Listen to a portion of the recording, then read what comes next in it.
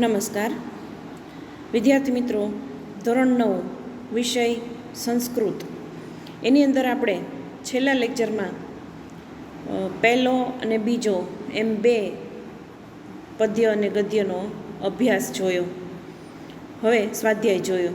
હવે આજે આપણે ત્રીજો ગદ્ય કે જેનું નામ છે પરમ નિધાનમ કહ, એટલે કે શ્રેષ્ઠ ખજાનો કયો છે, તો એનું આપણે સ્વાધ્યાય જોશું. પરમ નિધાનમ કહ. હવે પરમ નિધાનમ કહની અંદર સૌ પ્રથમ તો તમારે આવે છે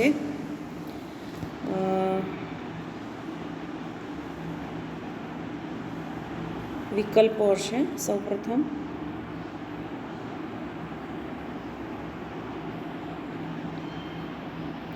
એમાં સૌ પ્રથમ પહેલો પ્રશ્ન છે સ્વાધ્યાયની અંદર વિકલ્પ.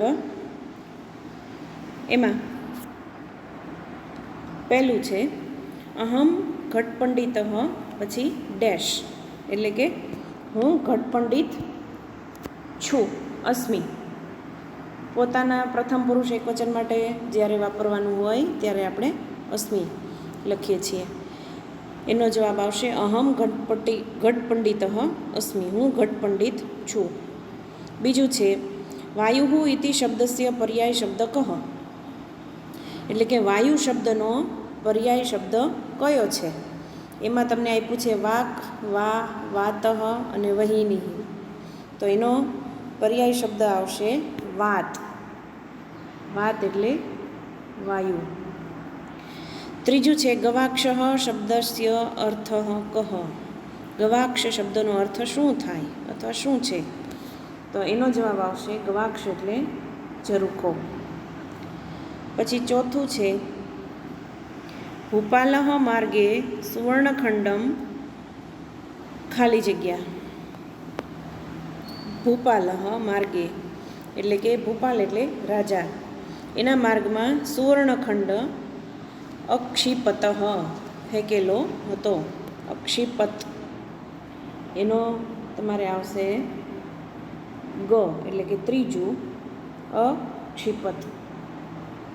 પછી છે પાંચમું સંસારે કીદૃશ જન્મ પરાજેતુમ કોપી ન અર્હતિ, એટલે કે સંસારમાં કેવી વ્યક્તિને પરાજય આપવા કોઈ સમર્થ નથી. ન અર્હતિ એટલે સમર્થ હોવું, સમર્થ નથી. અર્હતિ એટલે સમર્થ. સંસારમાં કેવી વ્યક્તિને કોઈ પરાજય આપી શકે નહીં, તો કે એનો જવાબ આવે છે સંતુષ્ટ. સંસારમાં જે સંતુષ્ટ જે છે એને કોઈ પરાજય આપી શકે નહીં. અહમ દાનમ પછી ખાલી જગ્યા, હું દાન કરિષ્યામી, હું દાન કરું છું. કરિષ્યામી આવશે. સાતમું છે કસ્ય શિખરે મુકુટમ સદા તિષ્ઠતિ, કોના શિખર ઉપર હંમેશા મુકુટ રહેતો હોય છે અથવા ઊભો રહેતો હોય છે, તો કે મસ્તકમ, માથા ઉપર હંમેશા મુકુટ રહેતો હોય છે. બરાબર છે વિદ્યાર્થી મિત્રો, આ તમારા હતા વિકલ્પો.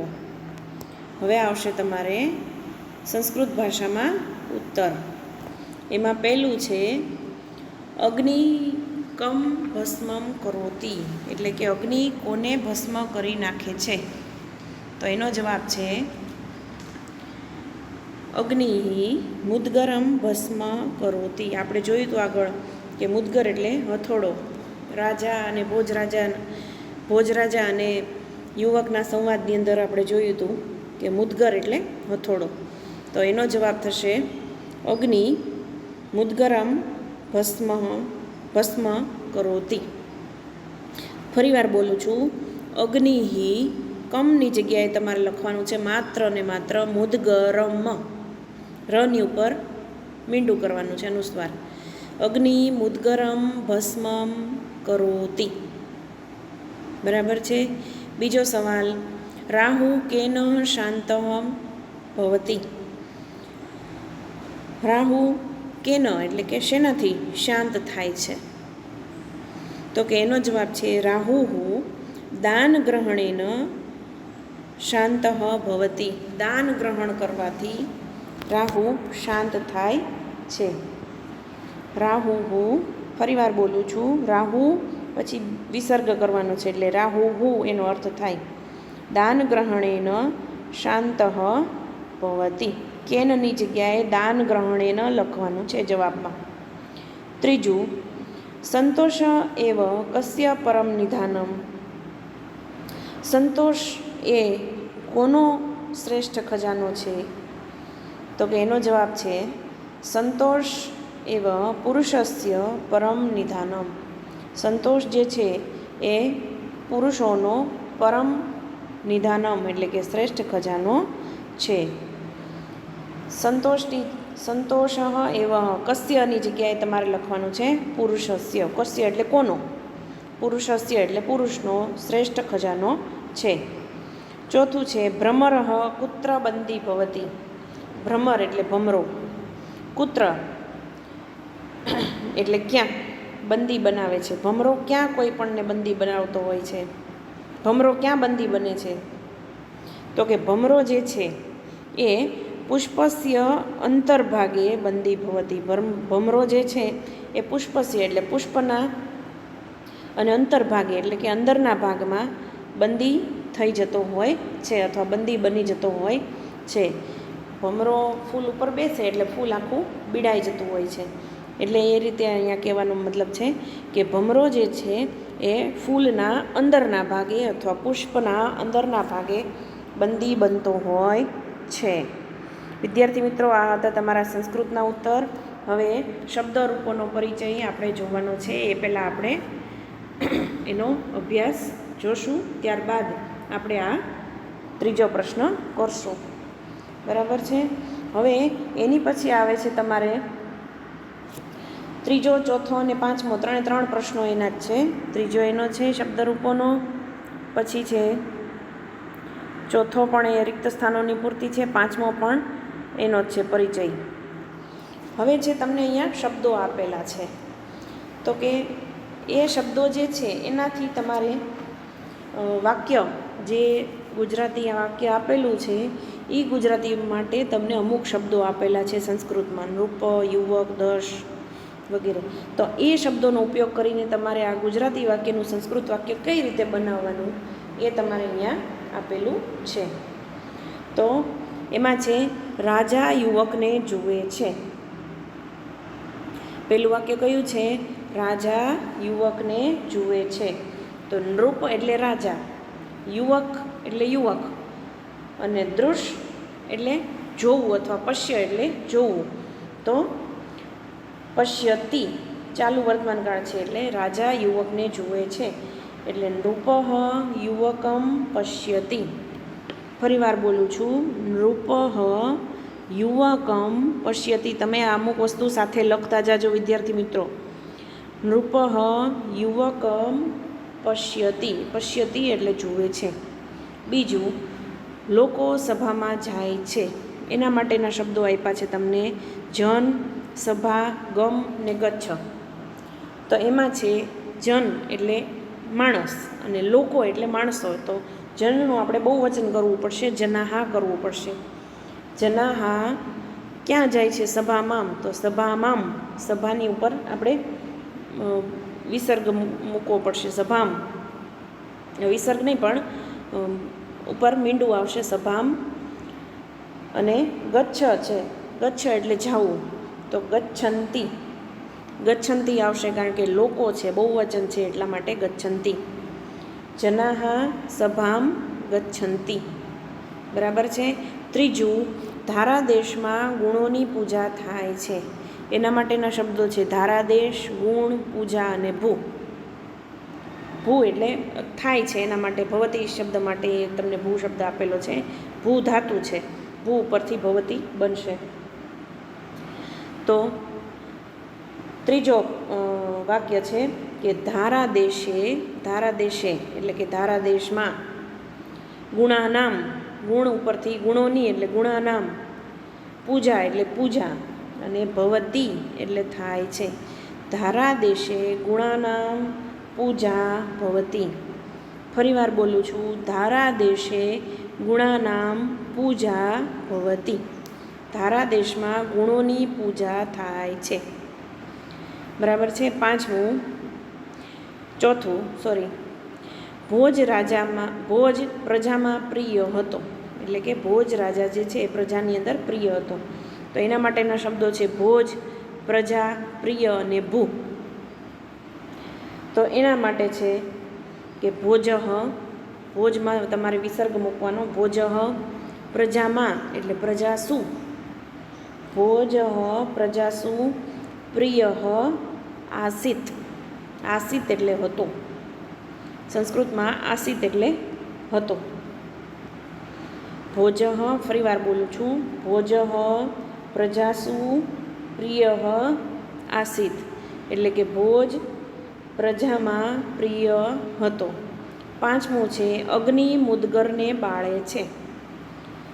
તો એની અંદર વહ્નિ મુદગર દહ, દહ એટલે બાળવું, મુદગર એટલે હથોડો. મુદગરનું મુદગર જ અહીંયા આપ્યું છે તમને. અને વહ્નિ એટલે અગ્નિ. તો વહ્નિ મુદગરમ દહતી, દહનું દહતી થઈ જશે. બાળે છે, ચાલુ કાળ છે માટે. વહ્નિ મુદગરમ દહતી, અગ્નિ મુદગરને બાળે છે. બરાબર છે. હવે તમારા આવ્યા માતૃભાષામાં ઉત્તર. તો માતૃભાષામાં ઉત્તર કેવી રીતે આપશું? તો એમાં પહેલો છે રાજા ભોજ કેવા હતા. પહેલો પ્રશ્ન છે રાજા ભોજ કેવા હતા. તો કેવા એટલે કે એનું આપણે વર્ણન કરવાનું છે. તો કે રાજા ભોજ, જવાબ બોલું છું, લખતા જાજો સાથે. રાજા ભોજ વિદ્યાપ્રેમી, કલાપ્રેમી અને પોતાના પ્રજાજનો પ્રત્યે પ્રેમ રાખનારા હતા. તે વિદ્વાન અને કલાકારોના કદરદાન પણ હતા. એટલે કે જે વિદ્વાન હોય એના રાજ્યમાં જે કલાકારો હોય એની બધાની કદર પણ કરતા. આપણે આગળ જોયું હતું કે જે કલાકારો હોય એનું એ નામ કોતરાવીને એના ઓલા ઉપર મૂકતા અને એને ઇનામ પણ આપતા, પ્રોત્સાહન ઇનામ પણ એને રાજા તરફથી આપવામાં આવતું. એ આપણે પાઠની અંદર જોયું હતું. એટલે એ કદરદાન કહેવાય એમ. ફરીવાર જવાબ બોલું છું. રાજા ભોજ કેવા હતા? તો કે રાજા ભોજ વિદ્યાપ્રેમી, કલાપ્રેમી અને પ્રજાજનો માટે અથવા પ્રજાના માટે સ્નેહ રાખનારા હતા. એની પ્રજા પ્રિય હતી અને વિદ્વાનો અને કલાકારોના કદરદાન પણ હતા. બીજો પ્રશ્ન છે યુવક પોતાને ઘટપંડિત શા માટે માને છે? તો અહીંયા શા માટેનો જવાબ આપણે લખવાનો છે. યુવક એમ કે છે કે જેમ ઘડામાં પૂરેપૂરું ભરેલું પાણી હોય, છલોછલ ભરેલું પાણી હોય, એ રીતે યુવક એમ કે છે કે મારામાં પૂરેપૂરું અથવા છલોછલ જ્ઞાન ભરેલું છે. હું એટલો બધો જ્ઞાની છું, એટલા માટે હું મારી જાતને ઘટપંડિત માનું છું. બીજો પ્રશ્નનો જવાબ ફરીવાર બોલું છું. યુવક કહે છે કે જેમ ઘડામાં પૂરેપૂરું ભરેલું પાણી હોય એમ મારા અંદર પૂરેપૂરું જ્ઞાન ભરેલું છે, એટલા માટે હું મારી જાતને ઘટપંડિત માનું છું. ઘટ એટલે ઘડો. ત્રીજું, રાજા ભોજ અને યુવકનો વિવાદ ક્યારે અટકી ગયો? શા માટે? આપણે છેલ્લે જોયું હતું, પાઠની અંદર છેલ્લે જ આવે છે. તો કે હવે એ આપણે જવાબની અંદર લખવાનું છે કે રાજા ભોજ અને યુવક બંને વાતો કરતા હતા, એકબીજાને પોતાનાથી ચડિયાતી બનાવવાનો અથવા પ્રયત્ન કરતા હતા. બરાબર. પણ તેનો સંવાદ જે છે એ ક્યારે અટકી ગયો અને શું કામ અટકી ગયો? તો કે આપણને ખબર છે કે સંતોષની વાત આવી ત્યારે બંને વચ્ચેનો સંવાદ અટકી ગયો. તો એનો જવાબ તમે આ રીતે લખી શકો કે રાજા ભોજ અને યુવકના સંવાદમાં જ્યારે સંતોષની વાત આવે છે ત્યારે રાજા અને યુવક વચ્ચેનો સંવાદ અટકી જાય છે. ક્યારે અટકી જાય છે?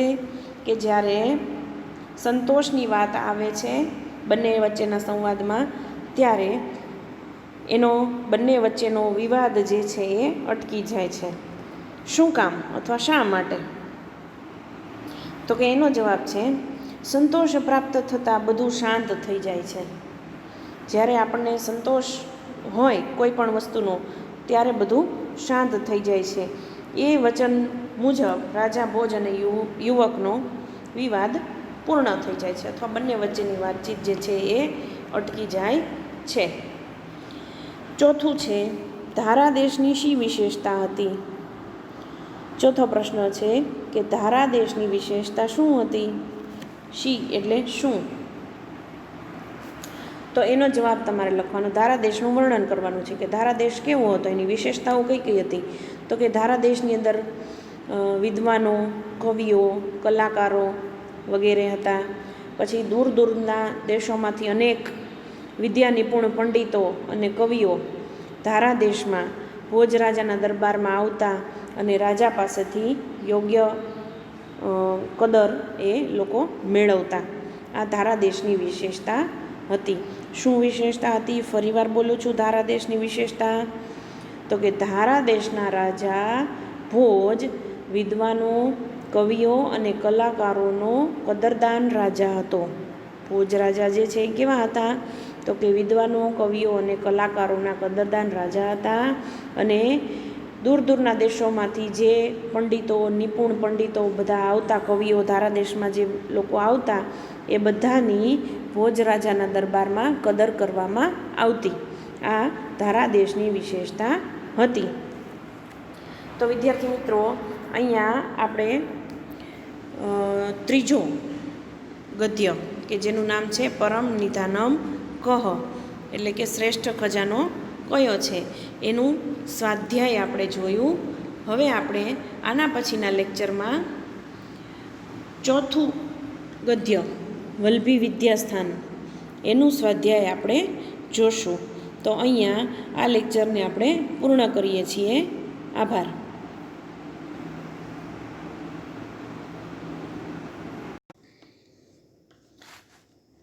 નમસ્કાર વિદ્યાર્થી મિત્રો, ધોરણ 9 વિષય સંસ્કૃતની અંદર આજે આપણે ચોથા પાઠનો અભ્યાસ, ચોથા પાઠનો સ્વાધ્યાય જોવાનો છે.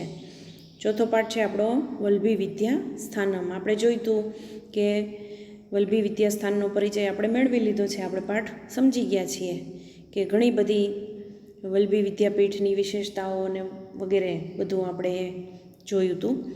હવે આજે આપણે એનો સ્વાધ્યાય કરીએ. વલ્લભી વિદ્યાસ્થાનનો સ્વાધ્યાય. એની અંદર સૌ પ્રથમ તમારે આવશે સ્વાધ્યાયમાં વિકલ્પો. સૌ પ્રથમ છે વિકલ્પો. વિકલ્પોની અંદર પહેલું છે, પ્રાચીન સમયે ગુર્જર રાજ્યે કહ વિશ્વવિદ્યાલય આસિત.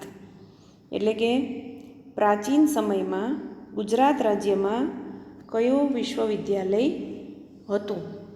એનો જવાબ આવશે તમારે વલ્લભી વિશ્વવિદ્યાલય. પહેલું છે વલ્લભી વિશ્વવિદ્યાલય. બીજું છે ઉપવેદાહ કતિ સંતિ. ઉપવેદો કેટલા છે? તો કે 4 છે. ઉપવેદો 4 છે, ચત્વારઃ. ત્રીજું આવશે ભાષ્યકાર સ્કંદ સ્વામી કસ્યામ શતાબ્દ્યામ સંજાતઃ. એટલે કે સ્કંદ સ્વામી નામના ભાષ્યકાર કઈ સદીમાં થઈ ગયા? તો કે એનો જવાબ છે ચતુર્થ્યામ. ઈસવીસનની 4થી સદીમાં સ્કંદ સ્વામી નામના ભાષ્યકાર થયા. પછી છે ચોથું, વલ્લભી કેશામ રાજધાની આસિત. તો કે એનો જવાબ છે વલ્લભી કોની રાજધાની હતી? કેવા રાજાઓની? તો કે મૈત્રકાણામ. વલ્લભી જે છે એ મૈત્રક રાજાઓની રાજધાની હતી. મહાવીરસ્ય ઉપદેશ કેન નામના પ્રસિદ્ધ વર્તતે. પાંચમું છે કે મહાવીર સ્વામીનો ઉપદેશ જે છે, મહાવીર સ્વામીએ જે ઉપદેશ આપ્યો એ શા નામે પ્રસિદ્ધ થયો? તો કે એનો જવાબ છે આગમ. આપણે પાઠમાં જોયું હતું કે મહાવીર સ્વામીનો ઉપદેશ જે છે એ આગમ નામે પ્રસિદ્ધ થયો. છઠ્ઠું છે વલ્લભીનગરે મિલિતાયાહ જૈન સાધુનામ સમિતે અધ્યક્ષ કહ આસિત. એટલે કે વલ્લભીનગરે મિલિતાયા એટલે કે વલ્લભીનગરમાં મળેલી જૈન સાધુની સમિતિ એટલે સમિતિમાં અધ્યક્ષ કોણ હતા? તો કે નાગાર્જુન સ્વામી જે છે એના અધ્યક્ષ હતા. વલ્લભીનગરમાં મળેલી જૈન સાધુની સમિતિના અધ્યક્ષ નાગાર્જુન સ્વામી હતા. હવે સંસ્કૃત ભાષામાં ઉત્તર તમારે આપવાના છે. સંસ્કૃતના ઉત્તર છે એમાં પહેલું છે,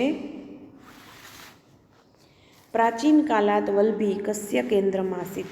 એટલે કે પ્રાચીન કાળમાં વલ્લભી શેનું કેન્દ્ર હતી? એટલે કે ત્યાં શું થતું એમ. એટલે તો એનો જવાબ, કસ્યનો જવાબ આપણે શું લખશું? કે કસ્યની જગ્યાએ આપણે જવાબ મૂકવાનો છે. તો કે પ્રાચીન કાલાત વલ્લભી અધ્યયન અધ્યાપનસ્ય કેન્દ્રમાસિત. શું લખવાનું? અધ્યયન અધ્યાપનસ્ય કેન્દ્રમાસિત. પ્રાચીન કાલાત વલ્લભી અધ્યયન અધ્યાપનસ્ય કેન્દ્રમાસિત. એટલે કે પ્રાચીન કાળમાં વલ્લભી અધ્યયન અને અધ્યાપનનું કેન્દ્ર હતી. અધ્યયન એટલે ભણવું અને અધ્યાપન એટલે ભણાવવું. બીજો પ્રશ્ન છે, વેદાંગાની કતિ સંતિ. એટલે કે વેદો કેટલા છે? કતિ એટલે કેટલા? વેદાંગાની કતિ સંતિ. તો કે એનો જવાબ આવશે વેદાંગાની ષટ સંતિ. ષટ એટલે છ વેદો. વેદાંગો, વેદો નહીં પણ વેદાંગો, સોરી. વેદાંગાની કતિ સંતિ. તો કે વેદાંગો કેટલા છે? તો કે વેદાંગો 6 છે. ષટ, કતિની જગ્યાએ તમારે લખવાનું છે ષટ. વેદાંગાની ષટ સંતિ. ત્રીજું, શ્રી મલ્લવાદી સુરી કહ આસિત. શ્રી મલ્લવાદી સુરી કોણ હતા? તો એનો જવાબ છે, કહની જગ્યાએ તમારે લખવાનું કે જૈનાચાર્ય. શ્રી મલ્લવાદી સુરી જૈનાચાર્ય આસિત. શ્રી મલ્લવાદી સુરી જે છે એ જૈનાચાર્ય હતા. ચોથું, ભગવત મહાવીરસ્ય જન્મ કદા અભવત. એટલે કે ભગવાન મહાવીરનો જન્મ ક્યારે થયો? અભવત એટલે થયો હતો. તો એનો જવાબ છે, કદાની જગ્યાએ તમારે એનો જવાબ લખવાનો છે કે ભગવત મહાવીરસ્ય જન્મ ખ્રિસ્તાત પૂર્વ પ્રાયઃ પંચમ્યામ શતાબ્દ્યામ અભવત. એટલે કે ભગવાન મહાવીરનો જન્મ ઈસવીસનની પૂર્વે, ખ્રિસ્તસ્ય પૂર્વે એટલે કે ઈસવીસન પૂર્વે, પ્રાયઃ એટલે કે લગભગ 5મી શતાબ્દીમાં થયો હતો. ઈસવીસન પૂર્વે 5મી શતાબ્દીમાં થયો હતો. હવે 5મો પ્રશ્ન, જૈન સાધુનામ સમિતો કસ્ય લેખનસ્ય પ્રસ્તાવ અભવત. જૈન સાધુની સમિતિ જે ભરાણી હતી એમાં કોના લેખનનો અથવા લખાણનો પ્રસ્તાવ મૂકવામાં આવ્યો? જૈન સાધુની સમિતિ જે ભરાણી એમાં કસ્ય એટલે કોના લખાણનો પ્રસ્તાવ મૂકવામાં આવ્યો? તો એનો જવાબ આવશે તમારે કે જૈન સાધુનામ સમિતો આગમ ગ્રંથાનામ લેખનસ્ય પ્રસ્તાવ અભવત. જૈન સાધુની જે સમિતિ ભરાણી એમાં આગમ ગ્રંથ, આપણને ખબર છે કે મહાવીર સ્વામીનો જે સંદેશ હતો એ આગમ તરીકે ઓળખાણો, એનો ઉપદેશ જે છે એ આગમ તરીકે ઓળખાણો. તો એ આગમ જે ગ્રંથ હતો એને લખાણમાં લખવાનો પ્રસ્તાવ મૂકવામાં આવ્યો. હવે આગળ રેખાંકિત પદાનામ સ્થાને પ્રકોષ્ઠાત ઉચિતમ પદમ ચિત્વા પ્રશ્નવાક્યમ રચયત. એટલે કે જે રેખાંકિત સ્થાનો છે એના સ્થાને યોગ્ય તમારે પ્રશ્ન શબ્દ જે છે એ મૂકી અને પ્રશ્નવાક્ય બનાવવાનું છે. એમાં પહેલું છે, ઋગ્વેદસ્ય ભાષ્યકાર સ્કંદ સ્વામી આસિત. ઋગ્વેદના ભાષ્યકાર સ્કંદ સ્વામી હતા. તો સ્કંદ સ્વામીની નીચે લાઈન કરેલી છે એટલે એનો જવાબ છે. તો આપણે પ્રશ્ન કેમ બનાવવાનો થાય કે ઋગ્વેદસ્ય ભાષ્યકાર કોણ હતા? તો કોણ માટે આપણે સ્કંદ સ્વામીની જગ્યાએ કહ લખશું. બરાબર છે. ઋગ્વેદસ્ય ભાષ્યકાર કહ આસીત, ઋગ્વેદના ભાષ્યકાર કોણ હતા? બીજું છે મહાવીરસ્ય ઉપદેશ આગમ નામના પ્રસિદ્ધ વર્તતે, એટલે કે મહાવીરનો ઉપદેશ આગમ નામે પ્રસિદ્ધ થયો. તો મહાવીરનો ઉપદેશ એટલે કે કોનો ઉપદેશ આગમ નામે પ્રસિદ્ધ થયો? તો મહાવીરની નીચે લીટી છે. તો મહાવીર જે છે એના માટે આપણે કોનો એમ એટલે કે કસ્ય, કોનો એટલે કસ્ય અથવા કસ્ય એટલે કોનો. તો કોનો ઉપદેશ આગમ નામે પ્રસિદ્ધ થયો? તો એનો જવાબ શું લખશું આપણે? પ્રશ્ન કેમ બનાવશું કે કસ્ય ઉપદેશ આગમ નામના પ્રસિદ્ધ વર્તતે. પછી ત્રીજું છે જૈન સાધુનામ સમિતિ મિલિતાહ, એટલે કે જૈન સાધુની સમિતિ મળી. તો એની અંદર જૈન સાધુ નામની નીચે તમને લાઈન આપેલી છે. કોની નીચે? જૈન સાધુ નામ. તો કોની સમિતિ મળી? તો એનો પ્રશ્ન કેમ બનાવશું? કેશામ સમિતિ, કેશામ સમિતિ મિલિતા, કોની સમિતિ મળી? બરાબર. તો એનો જવાબ આવે જૈન સાધુઓની. ચોથું છે નવમ્યામ શતાબ્દ્યામ વલ્ભીનગરસ્ય વિનાશ અભવત. નવમી શતાબ્દીમાં વલ્ભીનગરનો વિનાશ થયો. તો એના માટે તમે કયો પ્રશ્ન સૂચક શબ્દ વાપરશો? તો સૌથી પ્રથમ આપણે ગુજરાતીમાં ભાષાંતર કરીએ તો શું કરીએ કે કઈ સદીમાં વલ્ભીનગરનો વિનાશ થયો? તો એના માટે અથવા ક્યારે વલ્ભીનગરનો વિનાશ થયો એમ પણ આપણે પૂછી શકીએ. તો કદા, એના માટેનો પ્રશ્ન સૂચક શબ્દ છે કદા. તો પ્રશ્ન તમે કેમ બનાવશો? કદા વલ્ભીનગરસ્ય વિનાશ અભવત, ક્યારે વલ્ભીનગરનો વિનાશ થયો? બરાબર. પાંચમું છે લેખબદ્ધ ઉપદેશ વલ્ભી વાચના ઇતિ નામના પ્રસિદ્ધ જાત. લેખબદ્ધ જે ઉપદેશ મહાવીર સ્વામીનો જે આગમ ઉપદેશ જે હતો એને લેખબદ્ધ કરવામાં આવ્યો, એટલે કે લખાણ સ્વરૂપે લખવામાં આવ્યો. એને વલ્ભી વાચના એવું નામ આપવામાં આવ્યું. એટલે કે લેખબદ્ધ જે ઉપદેશ હતો એ વલ્ભી વાચના નામે પ્રસિદ્ધ થયો. તો એના માટે તમે કયો પ્રશ્ન સૂચક શબ્દ વાપરશો વલ્ભી વાચના માટે? તો કે લેખબદ્ધ ઉપદેશ કેવી રીતે પ્રસિદ્ધ થયો અથવા કઈ રીતે પ્રસિદ્ધ થયો? તો કે કેન, લેખબદ્ધ શબ્દ કેન નામના પ્રસિદ્ધ જાત. લેખબદ્ધ શબ્દ અથવા લેખબદ્ધ ઉપદેશ કેન નામના પ્રસિદ્ધ જાત, કઈ રીતે પ્રસિદ્ધ થયો? સાતમા પ્રશ્નમાં પહેલું છે ઉપયોગ કરીને સંસ્કૃતના વાક્યો બનાવવાના છે. એમાં આપણે પદોનો ઉપયોગ કરીને, એમાં પહેલું છે વલ્ભી મૈત્રકોની રાજધાની હતી. એના માટેના તમને શબ્દો આપ્યા છે વલ્ભી, મૈત્રક, રાજધાની અને અસ. બરાબર. તો હવે એના ઉપરથી આપણે કેવી રીતે વાક્ય બનાવશું, ભાષાંતર કઈ રીતે કરશું? તો કે વલ્ભી મૈત્રકાણામ, એટલે કે મૈત્રકોની રાજધાનીનું રાજધાની, અને અસ માટે લખશું આપણે આસિત, એટલે કે હતી. વલ્ભી મૈત્રકાણામ રાજધાની આસિત. બીજું છે સુદૂર દેશથી લોકો ભણવા માટે આવતા હતા. એના માટેના તમને શબ્દો આપ્યા છે સુદૂર, દેશ, જન, અધ્યયન, આ અને પ્લસ ગમ. તો એના માટેનું તમારે વાક્ય કઈ રીતે બનશે? તો કે સુદૂરાત દેશાત, એટલે કે દૂર દેશથી અથવા સુદૂર દેશથી. સુદૂરાત દેશાત જનાહા, એટલે કે લોકો, ભણવા માટે એટલે કે અધ્યયનાર્થમ, અધ્યયનના અર્થ માટે એટલે કે અધ્યયનાર્થમ, અને આવતા હતા એટલે આગચ્છન્તિ સ્મ. જો અહીંયા સ્મનો પ્રયોગ તમારે આવશે, આગચ્છન્તિ સ્મ. ફરીવાર બોલું છું, સુદૂરાત દેશાત જનાહા અધ્યયનાર્થમ આગચ્છન્તિ સ્મ. ત્રીજું છે નાગાર્જુન પ્રસિદ્ધ વિદ્વાન હતા. એના માટે શબ્દો આપ્યા છે નાગાર્જુન, પ્રસિદ્ધ, પંડિત અને અસ. તો કે નાગાર્જુન પ્રસિદ્ધ પંડિત અસ માટે હતા એટલે આસિત. નાગાર્જુન પ્રસિદ્ધ પંડિત આસિત. વેદો 4 છે, વેદ ચતુર ને અસ.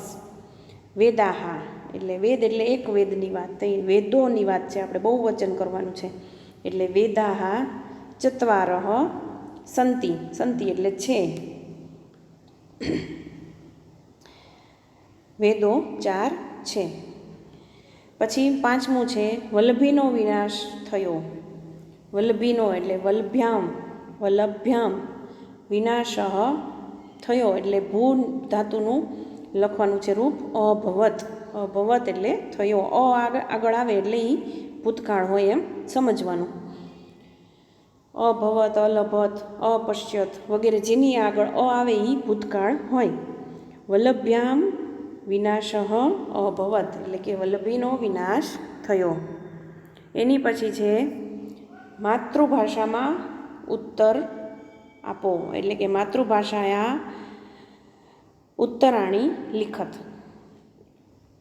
એમાં પહેલું વલ્લભીમાં કઈ 18 વિદ્યાઓનું પઠન પાઠન થતું એમાં લખવાનું છે. આપણે જે વેદાંગો, વેદો, ન્યાય, પુરાણો વગેરે જે જોયું હતું એ બધું એમાં લખવાનું છે. પહેલાં જ ફકરામાં પાઠની અંદર તમને આપેલું છે. તો કે વલ્લભીમાં 18 વિદ્યાઓનું પઠન અને પાઠન થતું એટલે કે ભણતા અને ભણાવવામાં આવતી 18 વિદ્યાઓ. એમાં કઈ કઈ? તો કે 4 વેદો, 6 વેદાંગો, પુરાણો, ન્યાય, પછી મીમાંસા, સ્મૃતિ ગ્રંથો, આયુર્વેદ, ધનુર્વેદ, સંગીત, પછી અર્થવેદ અને બીજા એના 4 ઉપવેદો. એમ કરીને ટોટલ 18 વિદ્યાઓનું પઠન અને પાઠન કરવામાં આવતું. ફરીવાર બોલું છું, વલ્લભીમાં 18 વિદ્યાઓનું પઠન પાઠન થતું. એમાં 4 વેદો, 6 વેદાંગો, પછી પુરાણો, ન્યાય, મીમાંસા, સ્મૃતિ, આયુર્વેદ, ધનુર્વેદ, સંગીત શાસ્ત્ર, અર્થવેદ અને એના 4 ઉપવેદો. એમ કરીને કુલ 18 વિદ્યાઓનું પઠન પાઠન થતું. બીજું, વેદો અને ઉપવેદો કેટલા છે? તો કે વેદો 4 છે. આપણને ખબર છે ઋગ્વેદ, યજુર્વેદ, સામવેદ અને અથર્વવેદ. તમારે જવાબમાં એમ લખવાનું કે વેદો કુલ 4 છે. 4ના નામ લખવાના કે ઋગ્વેદ, યજુર્વેદ, સામવેદ અને અથર્વવેદ. અને ઉપવેદો કેટલા છે? વેદોના ઉપવેદો. તો ઉપવેદો પણ કેટલા છે? 4 ઉપવેદો છે. એમાં આયુર્વેદ, ધનુર્વેદ, ગંધર્વવેદ અને સ્થાપત્યવેદ. એમ 4 ઉપવેદો છે. ત્રીજો પ્રશ્ન છે મૈત્રક શાસન દરમિયાન અધ્યયનની વ્યવસ્થા કેવા પ્રકારની હતી અથવા કેવી હતી?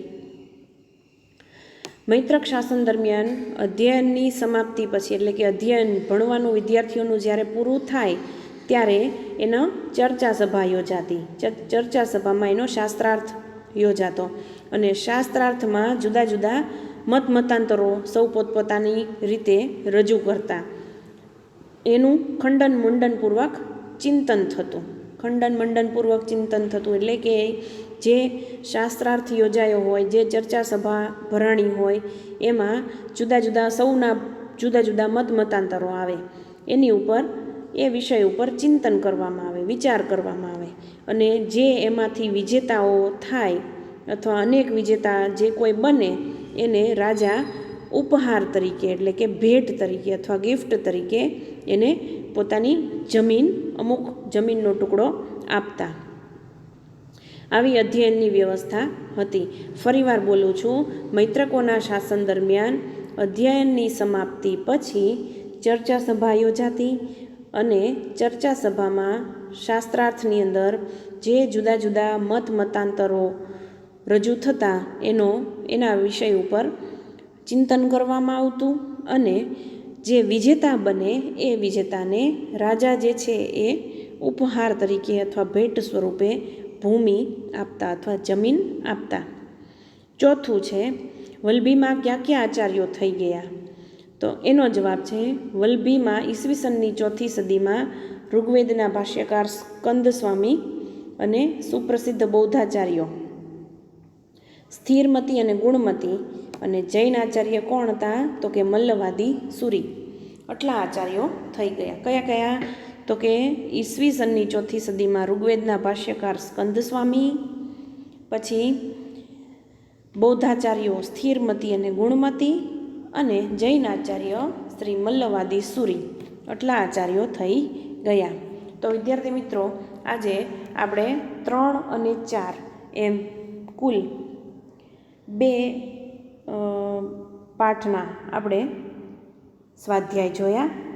હવે પછીના લેક્ચરમાં આપણે 5મા કાવ્યનું અથવા 5મા પદ્યનું સ્વાધ્યાય જોશું. વિદ્યાર્થી મિત્રો, આ સ્વાધ્યાય જે છે મેં તમને અગાઉ પણ વાત કરેલી છે કે તમે સંસ્કૃતની સ્વાધ્યાય પોથી તો લીધી જ હશે. સંસ્કૃતની સ્વાધ્યાય પોથી તો ભરવાની જ છે આપણી સ્કૂલના નિયમ પ્રમાણે. સાથે સાથે તમારે જો નોટ બનાવવી હોય તો નોટમાં પણ તમે આ સંસ્કૃતનો સ્વાધ્યાય લખી શકો છો. બરાબર છે? આ ફરજિયાત નથી. જો નોટ બનાવવી હોય તો બનાવવાનો અને એની અંદર લખવાનું. ઓકે? તો વિદ્યાર્થી મિત્રો, અહીંયા આપણે આ લેક્ચર પૂર્ણ કરીએ છીએ. Thank you.